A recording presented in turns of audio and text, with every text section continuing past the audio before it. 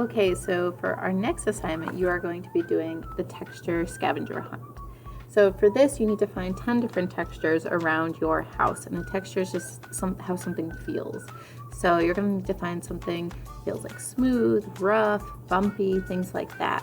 And I suggest using a pencil or crayons for this, and you are going to literally set your paper on those objects and then gently color on top of your paper. So for example, I'm just going to shift you around so you're looking at my wall.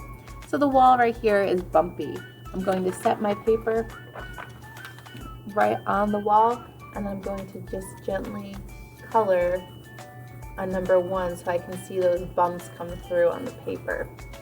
Okay, so that's all you're doing for this texture scavenger hunt. Again, you need to find 10 different textures in your house, color on them with a pencil or a crayon, and then you're going to submit it onto our Google Classroom like you have been doing. And if you have any more questions about that, you can ask me, or you can always go back and watch the video about how to open up the slideshow, click the insert camera, take your picture, and insert it onto the slideshow. Then you're going to turn it in on Google Classroom.